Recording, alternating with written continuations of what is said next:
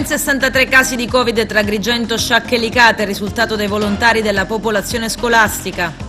Il DPCM è poco chiaro e poco condivisibile in alcuni aspetti e mette in crisi non solo le persone ma anche il commercio. Tutto chiuso, tutto fermo, ma non per i migranti, riapre il centro del villaggio Mosè ad Agrigento. Ristrutturazione ed efficientamento energetico, uno dei primissimi cantieri a costo zero in Italia è ad Agrigento.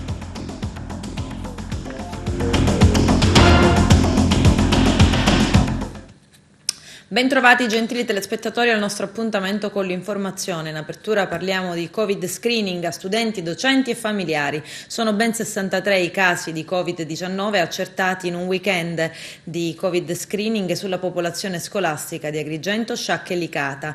Ad Agrigento su 735 tamponi 4 sono risultati positivi, mentre a Licata su 81 test solo uno ha dato esito positivo. Meno confortanti i rilievi eseguiti a Sciacca, dove sul campione di 310 soggetti 49 tamponi sono risultati positivi. Il nostro direttore Arturo Cantella.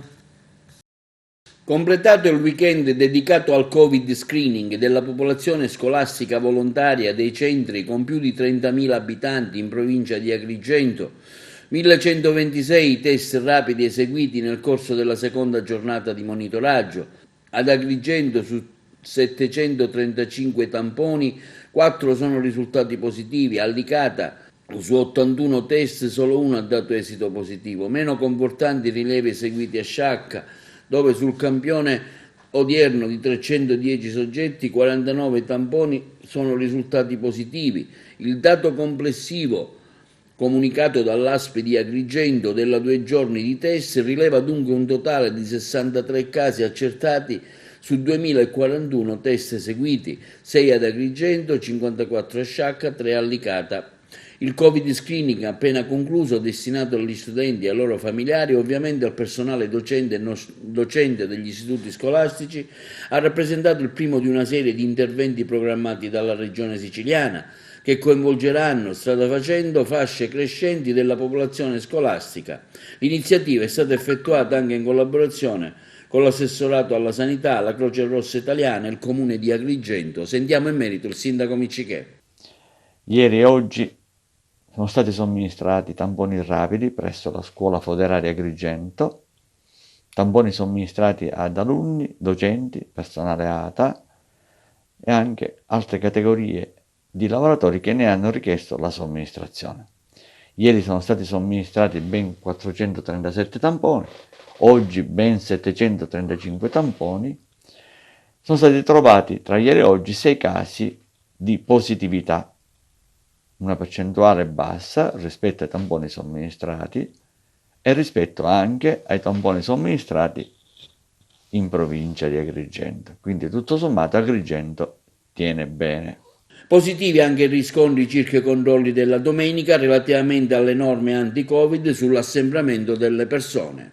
Per quanto riguarda l'ordinanza di divieto di assembramento emanata per il lungomare Falcone e Borsellino, quindi dalla fine del Viale Viareggio fino al Piazzale Giglia, mi ritengo soddisfatto. Gli agrigentini hanno dimostrato un grande senso di responsabilità, hanno rispettato le regole, pochissimi assembramenti, ma quello che è più importante è stato debellato oggi il fenomeno della vendita abusiva di merce contraffatta che ogni domenica si realizzava sul marciapiede all'inizio proprio del lungomare Falcone e Borsellino. Ho ricevuto i complimenti di Sua Eccellenza il Prefetto, che ringrazio sentitamente. Qualche agrigentino si è lamentato fino a ieri perché credeva che io chiudessi il lungomare. Qualche agrigentino si è lamentato oggi perché sul lungomare ha visto gente che passeggiava, gente che andava in bicicletta e bambini che giocavano. Ma questo è consentito. Non è consentito fare assembramento. E tutto sommato l'esperimento è riuscito. Dalla crisi sanitaria a quella economica, ma anche a quella non meno importante, che è sociale. Vediamo.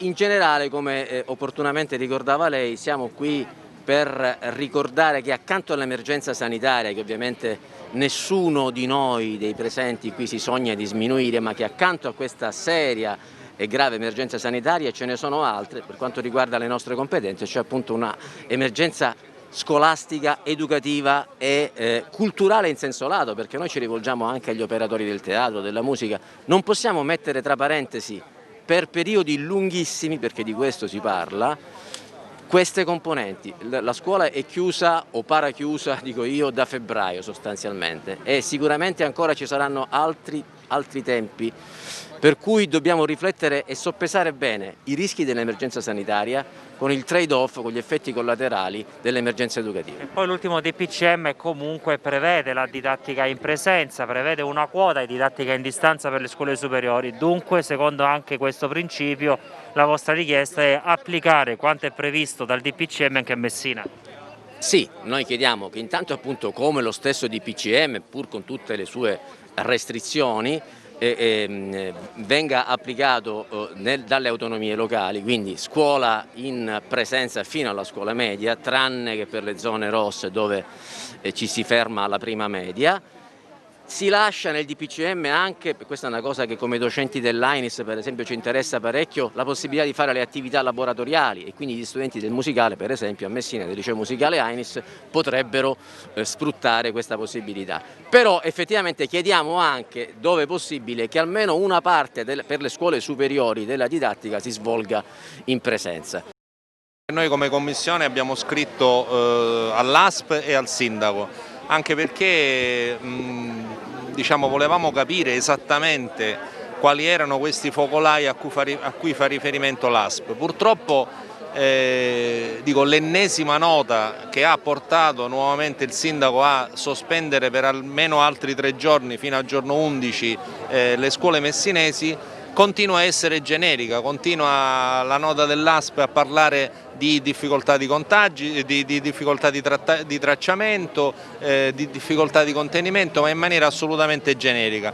Correttamente secondo me il Sindaco ha chiesto un tavolo tecnico alla Prefettura che credo si svolgerà martedì, per sapere esattamente quello che abbiamo chiesto anche noi in Commissione, cioè di evitare chiusure indiscriminate, ma di capire quali sono effettivamente, se ce ne sono, perché a noi non ne risultano, dei plessi scolastici dove ci sia un tale numero di contagi da giustificare per quella scuola però la chiusura, ma ripeto, a noi non risultano di queste scuole e ci continua a sembrare paradossale che anche nelle zone rosse, quelle quindi con più alti contagi, le scuole sono aperte e l'unica città d'Italia in questo momento che ha le scuole chiuse è Messina. È una cosa veramente assurda. È più responsabilità del sindaco o più responsabilità dell'ASP in questo momento? No, io dico non sono mai tenero col sindaco, ma in questo caso credo che anche se fossi stato io al posto del sindaco difficilmente mi sarei preso, diciamo, la responsabilità di dire no, le scuole rimangono aperte nonostante l'autorità sanitaria mi dice che ci sono delle criticità così forti e addirittura incontrollabili. Chiaramente l'azione che deve fare il sindaco è di non limitarsi però a prendere diciamo, soltanto queste indicazioni dell'ASP, ma a chiedere, così come ha fatto, di essere più precisi, di essere più puntuali e quindi di dimostrare quali sono queste evidenze scientifiche che costringono alla chiusura delle scuole. Covid e DPCM, spostamenti vietati da un paese all'altro nelle zone arancioni. Dunque, in Sicilia è vietato spostarsi oltre che da una regione all'altra anche dal comune di residenza, salvo motivi di lavoro, salute e necessità. Tra le necessità vi rientra anche la previsione di usufruire di servizi e attività non disponibili nel proprio comune di residenza. Chi si sposta dovrà avere con sé, ma potrà sottoscriverla anche davanti alle forze dell'ordine che verificheranno la veridicità delle dichiarazioni, l'autocertificazione. Stamani in piena Valle dei Templi, lungo la passeggiata archeologica all'altezza del posto di ristoro, c'erano più pattuglie della sezione volanti della Questura di Agrigento, poliziotti che, coordinati dal commissario capo Francesco San Martino, sistematicamente controllavano e su entrambe le carreggiate stradali tutti coloro che erano di passaggio, non solo patente e libretto, c'era e c'è infatti da verificare se ci sono spostamenti da un paese all'altro, da ritenere arbitrari e illegittimi. Controlli e verifiche soprattutto sulle autocertificazioni prodotte proteste sono ancora in corso. Chi non avrà un valido motivo per circolare potrà, questo è stato previsto nel DPCM, incorrere in una sanzione da 280 euro che può arrivare a 560 in caso di recidiva. Per chi viola la quarantena è prevista invece la denuncia penale con l'arresto tra 3 e 18 mesi, a cui si aggiunge una multa che può andare da 500 a 5.000 euro. Nuovo DPCM, tutti i lati oscuri di un lockdown light, tante le contraddizioni. Vediamo. Nel nuovo DPCM regole incomprensibili e contraddittorie. Il primo punto è la questione dell'autocertificazione. Non è ancora del tutto chiaro quando serve. Di certo c'è che è necessaria per giustificare eventuali spostamenti da un comune all'altro per lavoro, necessità e urgenza. E non serve in caso di passeggiate o attività motoria. Ma l'utilizzo dell'autocertificazione va ad incrociarsi con il coprifuoco dalle 22 alle 5. Ad esempio, è consentita la passeggiata con il cane oppure no? Dopo le 22 bisogna portare fuori il cane muniti di autocertificazione e indicare i motivi, ad esempio attività lavorativa per i quali non si è riusciti prima, oppure dopo le 22 non è semplicemente consentito portare a spasso il cane e quindi compilare un'autocertificazione non servirà a evitare multe? Oppure comprare le sigarette. Era possibile nel primo lockdown ed oggi no? C'è poi la questione della possibilità di invitare amici e parenti a cena, che pare risolta dal fatto che il coprifuoco è stato indicato alle ore 22. Risolta nel senso che, almeno per quanto riguarda il pranzo, non sarà vietato di fatto, anche se non esplicitamente. È fortemente raccomandato non ricevere non conviventi a casa, ma non è vietato. E se si ricevono, è di nuovo fortemente raccomandato usare la mascherina. Quindi non è vietato pranzare con gli amici a casa, ma è vietato andare a trovare un congiunto che vive in un altro comune. Pazzesco. Altri lati oscuri del lockdown light riguardano il fatto che non chiarisce se è possibile andare a curare l'orto o il giardino che si trovano in un comune diverso rispetto a quello di residenza. In primavera, alla riapertura dopo il lockdown, era stato consentito, dando un'interpretazione allargata dello stato di necessità per non far perdere le colture di orti e giardini. Infine c'è la domanda delle domande. Chi controlla che la capienza dei mezzi pubblici sia ridotta al 50%? Si può salire sempre su un autobus? Il DPCM riduce la capienza degli autobus, ma non dice chi deve controllare se la regola del 50% è stata rispettata o meno. E questo non può che apparire come un modo di dire: ok, la regola c'è, ma non serve rispettarla. E in Sicilia, zona arancione, i divieti del nuovo DPCM bloccano anche la commercializzazione. Vediamo.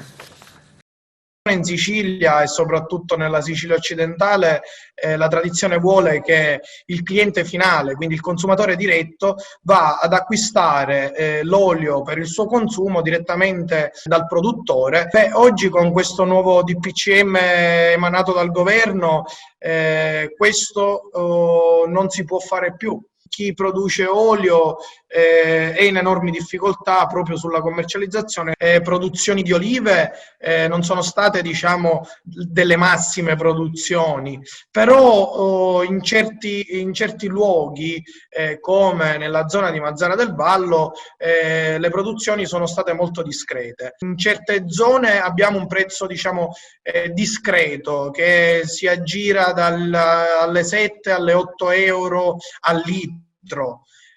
Mentre in altre zone parliamo anche che il prezzo arriva fino a 6 euro.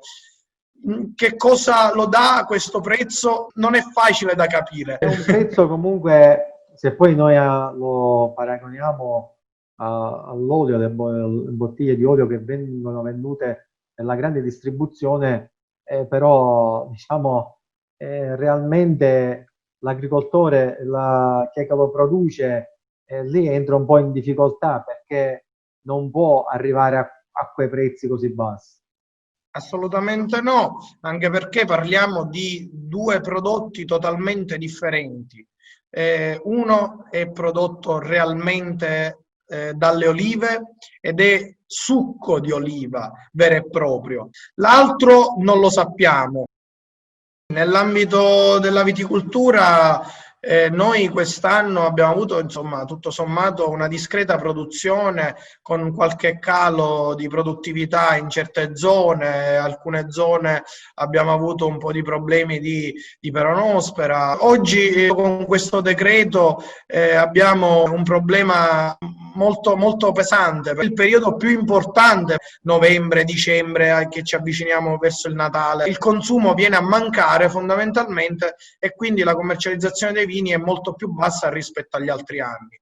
E noi aziende agricole che produciamo sia olio che vino ci troviamo comunque in una fase della nostra vita aziendale molto faticosa e molto difficile.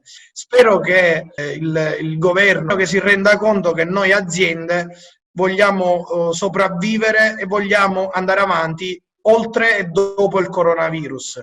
Dal punto di vista dell'azienda, il governo dice di avere messo in campo delle risorse. Non lavorando, non vendendo, non avendo utili, ahimè, viene difficile a poter pagare. Abbiamo avuto la possibilità sia con l'Ismea che precedentemente, che con la banca, di chiedere questi famosi prestiti per le aziende a tasso agevolato, a tasso insomma irrisorio, però non tutte le aziende hanno potuto accedere a questo, chiamiamolo, aiuto.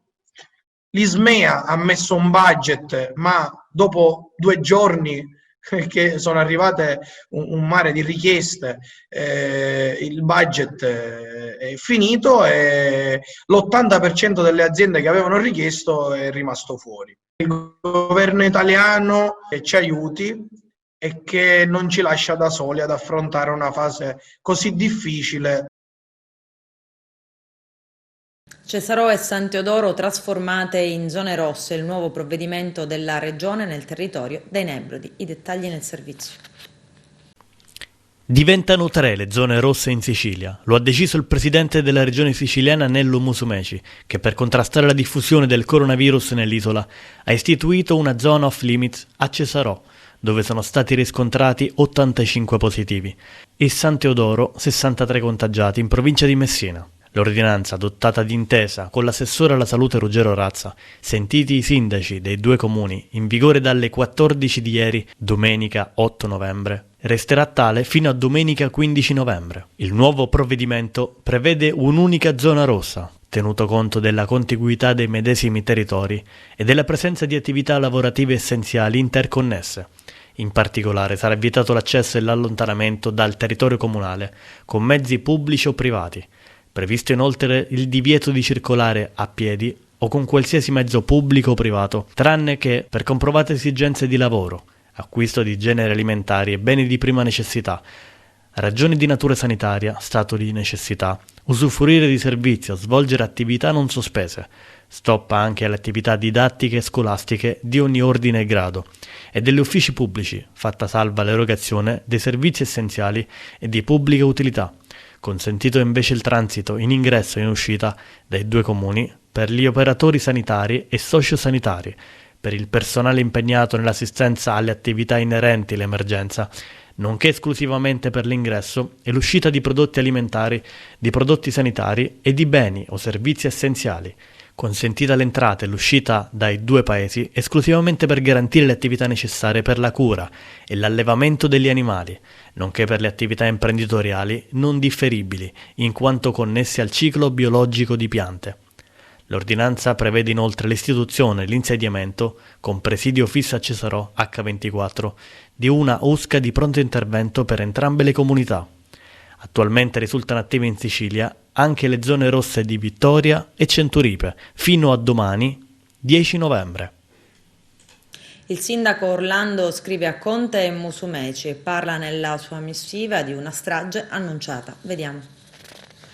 Una lettera al presidente Conte, al governatore Musumeci, al prefetto Furlani per sottolineare che la Sicilia va verso una strage annunciata. Il sindaco di Palermo, Leoluco Orlando, esprime tutta la sua preoccupazione chiedendo l'adozione di provvedimenti tali da garantire controlli capillari e stringenti e il potenziamento della rete ospedaliera per fronteggiare il contagio del Covid. Se è vero quanto denunciato dai media circa la mancanza di strumenti fondamentali per la cura dei malati, e circa la saturazione dei posti letto. Dice: rischiamo che a Palermo e in tutta la Sicilia si vada verso una strage, se è vero che nel pronto soccorso manca l'ossigeno e che nei reparti ospedalieri si è cominciato a scegliere quali pazienti provare a salvare e quali no. Si prefigurano scenari da medicina di guerra che, quali che ne siano i risultati e per quanto possa essere mastodontico l'impegno degli operatori medici e sanitari, porterà comunque una lunga lista di lutti e tragedie umane e sociali.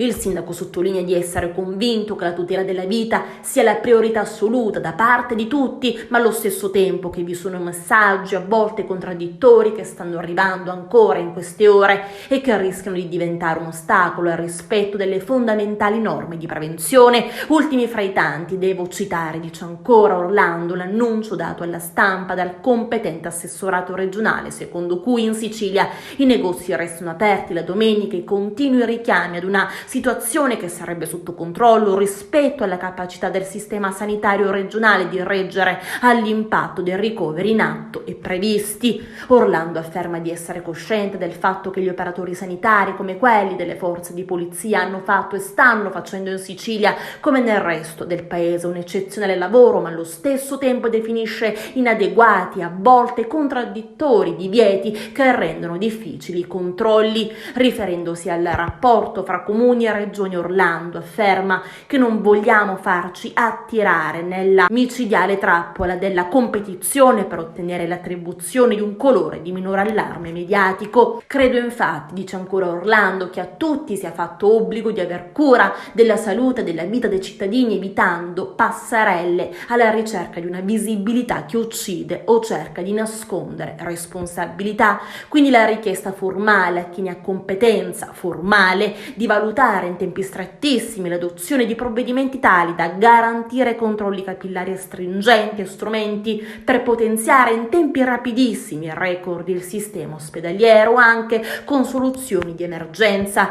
Sono meravigliato delle dichiarazioni del sindaco Orlando, false e fuorvianti, che evidentemente viene informato male, dice invece il commissario per l'emergenza Covid a Palermo, Renato Costa. Come lui sa, visto che partecipa quotidianamente agli incontri con me, con il prefetto e con l'ASP, la situazione dei posti letto a Palermo è impegnativa, ma la affrontiamo in modo adeguato, tanto è vero che ancora oggi viene mantenuta la regolare erogazione di servizi sanitari a pazienti non Covid. Altrettanta destituita di fondamento è la notizia che a Palermo mancherebbe l'ossigeno regolarmente a disposizione di tutti i reparti ospedalieri. Si ha elementi per smentire le mie affermazioni, non ha che da comunicare a tutte le autorità qual è in questo momento il tasso di occupazione dei posti letto per degenti Covid in provincia di Palermo, quale è il numero di degenti in attesa di un posto ed attualmente ospitati in situazioni precarie presso il pronto soccorso. Insiste invece Orlando.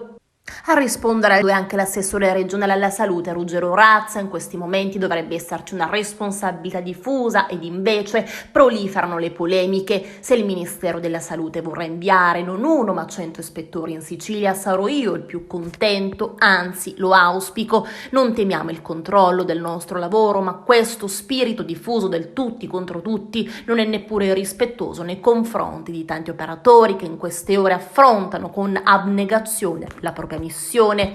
Ed ancora, mentre Orlando lancia un grido di allarme, parte della città che continua ad affollare strade e spiagge sembra ignorare il rischio e le categorie produttive chiedono il declassamento della Sicilia come livello di rischio. La Sicilia si è dichiarata zona gialla, si grida, e per farlo hanno firmato un documento con cui chiedono al governo di fare un passo indietro sulla scelta della Sicilia come zona arancione. In totale si parla di oltre 100.000 imprese aderenti all'iniziativa.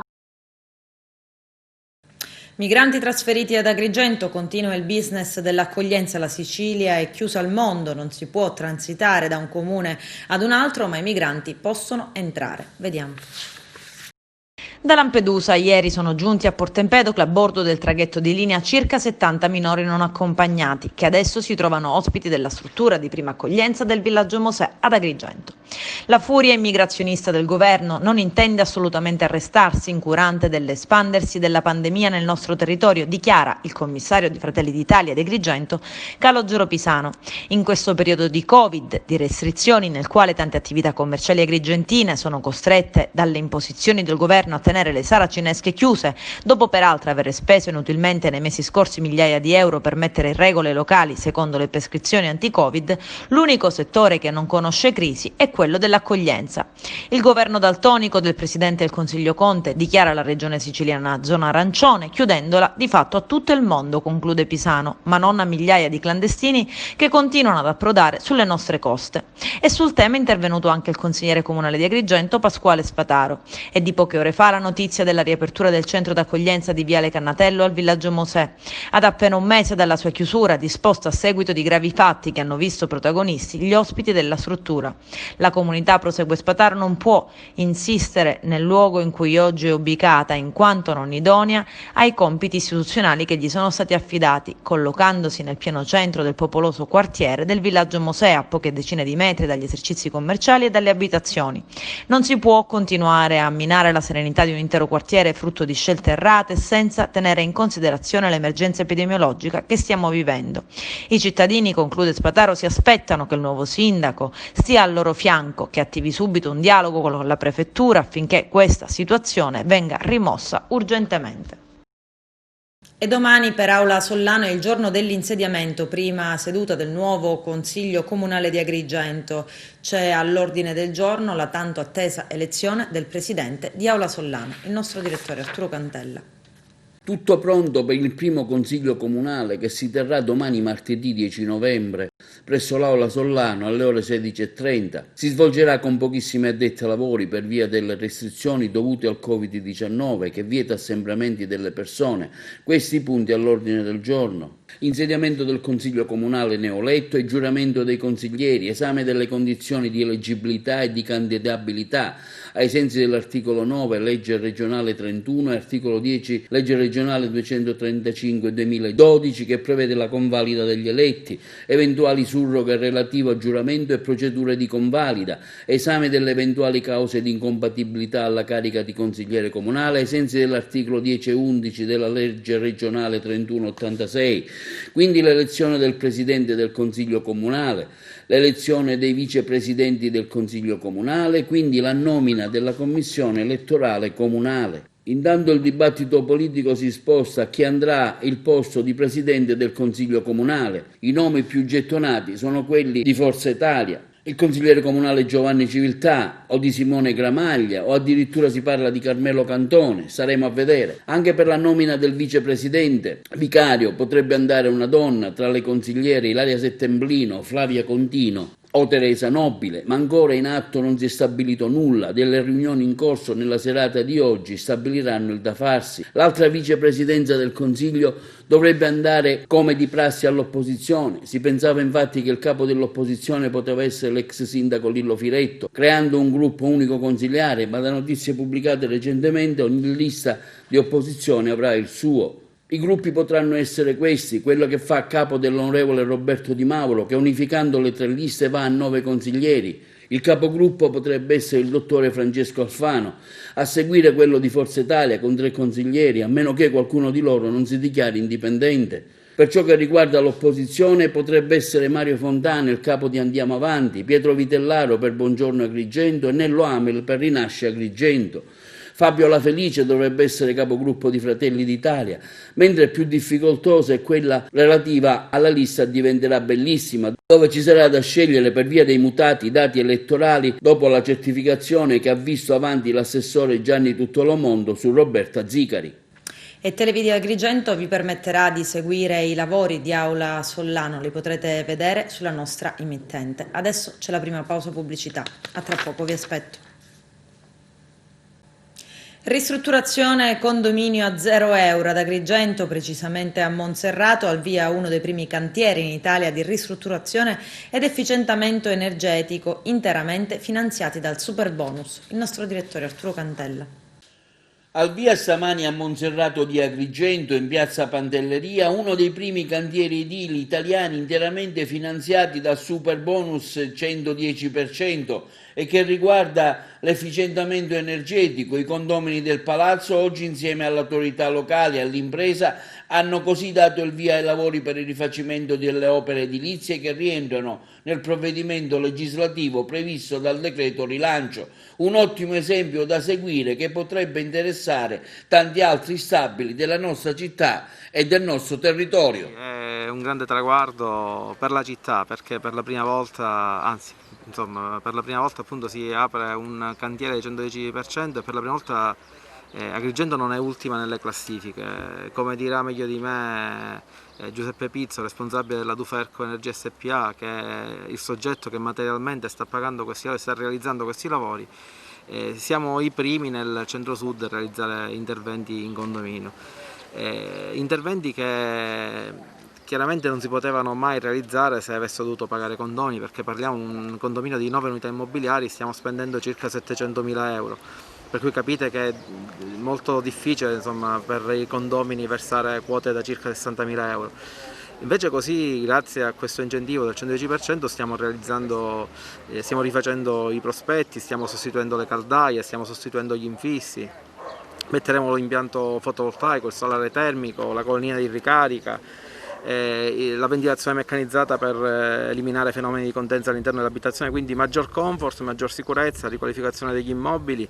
Ci interessa farlo vedere non perché vogliamo farci pubblicità, anzi in genere manteniamo un basso profilo, ma soprattutto perché vogliamo spronare chi ancora non crede in questo incentivo fiscale, perché è importante utilizzarlo per mettere in moto l'economia, l'edilizia, lavorano i tecnici, lavorano le imprese e si riqualifica il patrimonio immobiliare.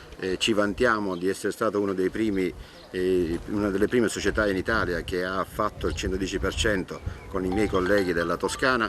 Oggi è partito il nostro primo cantiere del centro-sud qui ad Agrigento. Abbiamo creduto tanto nella comunità di Agrigento, in questo condominio, nello studio tecnico, nell'amministratore. Cerchiamo di portare avanti sempre questi progetti, che questa è l'unica opportunità che abbiamo, sia come società, e di dare una mano alla società, ai vari amministratori, di portare avanti questi progetti, che sarebbe un grande risvolto dell'economia italiana. In questo condominio già l'intervento era partito 2 o 3 anni fa, quando i condomini si resero conto della necessità di effettuare lavori di manutenzione straordinario, perché l'immobile era particolarmente degradato, e per cui avevano già uscito letteralmente 84.000 euro solo per fare 2 facciate. Oggi inizia invece l'intervento con l'ecobonus e i condomini la settimana scorsa hanno ricevuto il rimborso di 84.000 euro e gli interventi saranno molto più ampli rispetto a quelli precedenti. Quindi il messaggio di oggi quale deve essere? Quello di crederci, che è una possibilità, non si tratta di una fantasia ma di una realtà. Questa è un'inaugurazione di un cantiere che permetterà agli abitanti di 9 unità abitative a Monserrato, nella periferia di Agrigento, di avere case sicure, ristrutturate, che consumano meno gas ed energia, e tutti questi lavori sono fatti a costo zero grazie ad una misura su cui ho lavorato personalmente, che il Movimento 5 Stelle ha fortemente voluto, che è quella dell'ecobonus al 110%. Adesso, al di là del lato energetico, quindi questa palazzina probabilmente non sarebbe mai stata ristrutturata senza questo incentivo statale, ma pensiamo anche alla grande gioia di queste persone che ricominciano a lavorare, l'edilizia che finalmente riparte ad Agrigento e in tutta Italia. Servono maestranze, servono i giovani architetti, ingegneri che magari sono andati fuori e possono ritornare a vivere e lavorare qui, e naturalmente pensiamo anche quindi a tutto l'indotto che si verrà a creare dal punto di vista economico. Ecco, io sono veramente soddisfatto ed orgoglioso. Agrigento dimostra di essere una delle prime città a sapersi muovere, a sapere recepire questi incentivi e a metterli a frutto. A distanza di anni si torna a parlare di legge speciale per il centro storico di Agrigento. A lanciare l'argomento è stato nei giorni scorsi, durante un incontro pubblico, il sindaco della città, Franco Miccichè, che ha annunciato che alla Regione si sta tornando a discutere della possibilità di un importante finanziamento dedicato al cuore antico della città.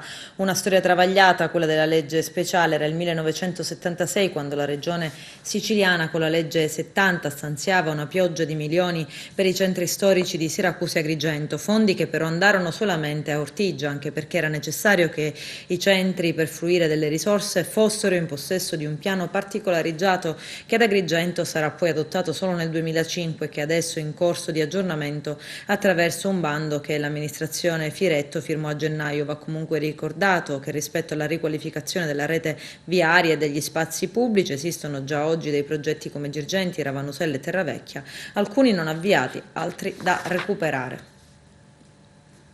A Mazzara aperta casa Betania per i papà separati. Vediamo. Sono persone che non fanno gesti clamorosi, ma che in determinati periodi della loro vita soffrono e vivono momenti particolari di difficoltà. Sono i papà e mariti separati, cioè gli uomini che si allontanano o vengono allontanati dalla moglie, si ritrovano spesso ad affrontare una vita da soli e nei primi momenti non sempre ci sono i familiari o gli amici, i vicini pronti a sostenerli. Allora ha pensato la diocesi di Mazzara del Vallo, aprendo casa Betania, un intero appartamento in via Ippolito di Ippolito a Mazzara che potrà accogliere sino a 4 papà contemporaneamente. L'idea è nata dopo che tra le nostre parrocchie, in mezzo alla gente, abbiamo incontrato una realtà molto ignorata, cioè quella dei papà e dei mariti separati che si ritrovano soli, in difficoltà economiche e anche psicologiche. Accoglierli gratuitamente in questa casa vuole essere un gesto di accompagnamento, di stargli vicino per un periodo della loro vita, aiutandoli, ha detto il vescovo Monsignor Domenico Mogavero. Casa Betania è nata in un appartamento che una coppia di mazzaresi che oggi vive a Savona ha donato alla diocesi. Caritas Italiana ha elargito un contributo straordinario di 50.000 euro e così è stato possibile ristrutturarla ed arredare tutti gli ambienti, 2 stanze da letto, una con 3 letti, un'altra singola, cucina, salone con divani e TV, bagno con doccia. All'inaugurazione ha partecipato anche il sindaco di Mazzara del Vallo, Salvatore Quinci, che ha ammesso questa iniziativa della diocesi si integra perfettamente con quelle che il comune mette in campo di assistenza alla popolazione, con la quale gli uffici comunali della solidarietà sociale sapranno collaborare. Nello staff d'accoglienza la Caritas diocesana ha inserito anche un assistente sociale o responsabile della struttura. Il nostro scopo è quello di accogliere fraternamente papà e mariti separati, facendoli sentire a proprio agio in un ambiente accogliente, invece detto Girolamo Errante, parrino direttore della Caritas diocesana, con la possibilità di poter incontrare anche i propri figli. L'accoglienza è garantita sino a 12 mesi. Con Casa Betania sale a 3 il numero delle case fraterne d'accoglienza aperte dalla diocesi. A Marsala da più di un anno opera una casa fraterna per uomini e una seconda casa per le donne, gestite dall'opera di religione Monsignor Gioacchino di Leo. Ora a Mazzara del Vallo questa casa che accoglierà papà e o mariti separati, gestita dalla Caritas diocesana. Questa bellissima realtà che potrà offrire a papà, mariti che non hanno più un riferimento domiciliare, un luogo nel quale ritrovarsi e nel quale avere quella pace e quella serenità che consentano loro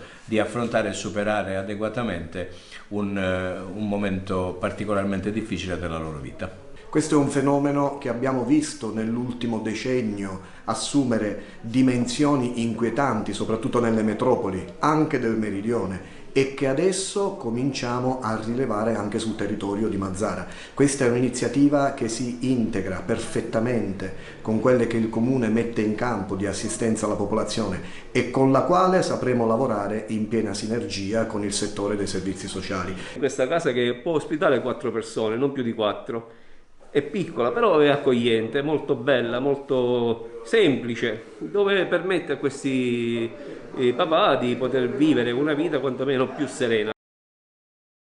Il Tribunale del Riesame ha rigettato la richiesta di dissequestro presentata dai difensori degli indagati dell'inchiesta sui cosiddetti furbetti del reddito di cittadinanza. Nelle scorse settimane 11 social card di altrettanti agrigentini ritenuti illegittimi percettori del reddito di cittadinanza sono state sequestrate. A procedere è stata la Guardia di Finanza su delega del procuratore capo Luigi Patronaggio e del sostituto Gloria Andreoli.